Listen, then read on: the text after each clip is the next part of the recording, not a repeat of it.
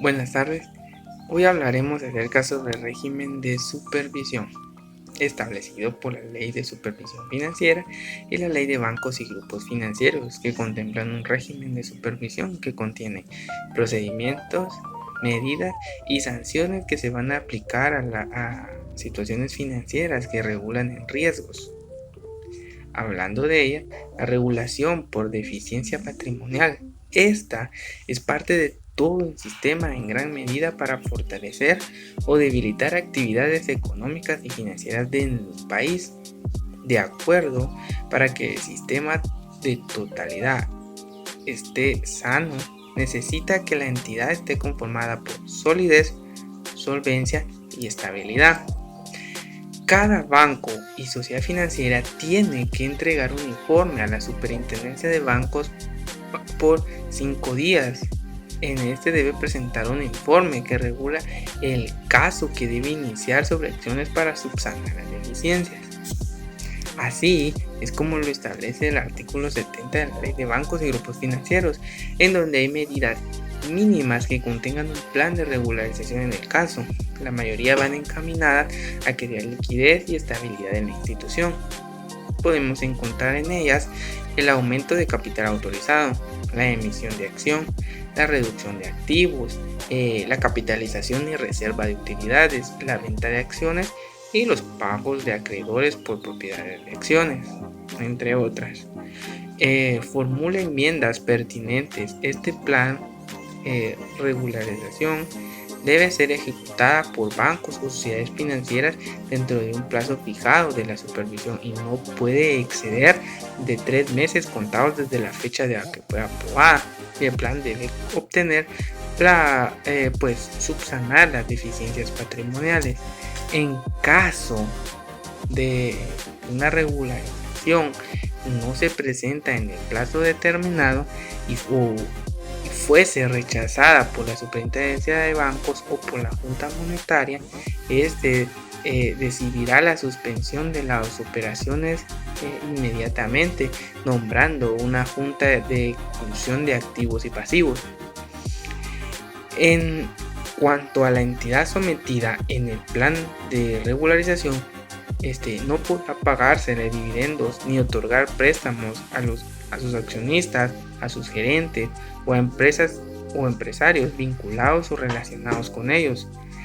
Adicionalmente, un plan de regularización por deficiencia patrimonial, los bancos y sociedades están obligados a características y indicando a la Superintendencia de Bancos que decrete: número 1, el incumplimiento de la manera de reiterar las disposiciones legales que lo regulan, así como las instrucciones de la superintendencia.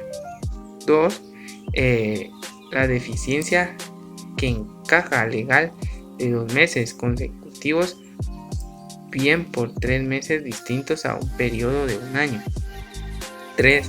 La existencia práctica de gestiones de juicio de la Superintendencia de Bancos que en grave peligro su situación de liquidez y solvencia, ya que sabemos que son las dos funciones más importantes.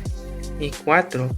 La prestación de informes financieros a juicio de la Superintendencia de Bancos que no es verdadero.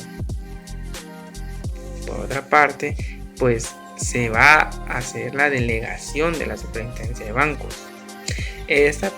Durante el periodo de esta regularización, la superintendencia va a nombrar un delegado que deberá asistir a las sesiones del Consejo Administrativo y tendrá derecho a votar en decisiones de dicho consejo adopte, encaminados a impedir el plan de regularización.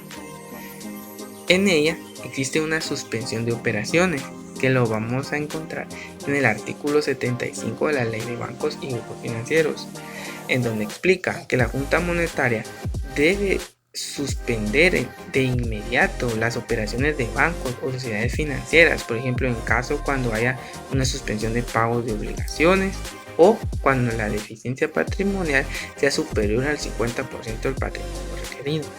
Existe como consecuencia la suspensión de operaciones de bancos de los derechos que incorporan las acciones de entidades que trate de quedar suspenso y sus directores quedan separados del cargo. En ello vamos a encontrar la Junta de Exclusión de Activos y Pasivos.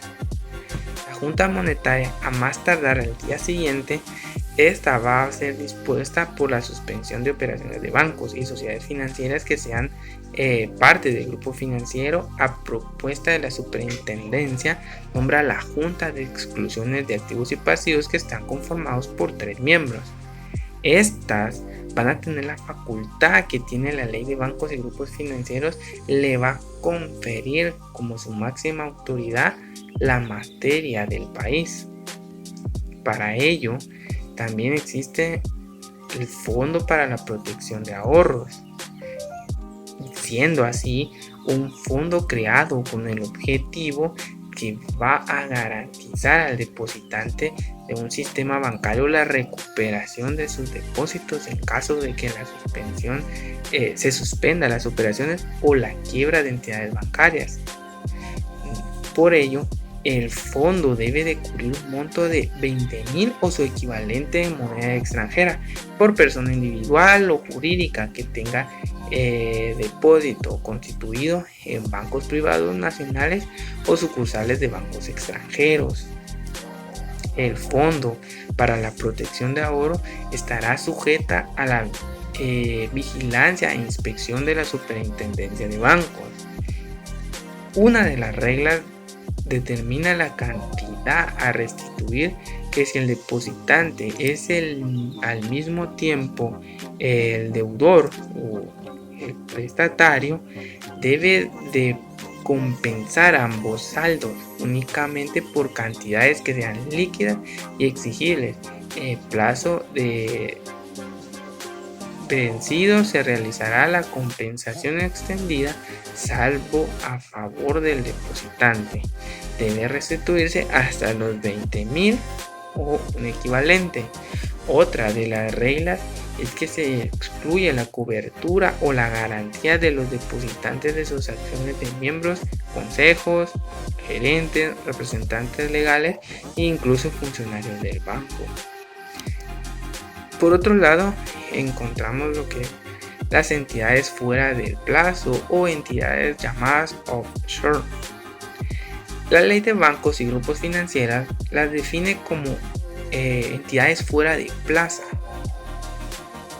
o entidades offshore, entidades dedicadas a la intermediación financiera constituida o registrada bajo la ley de un país extranjero o actividades fuera del país.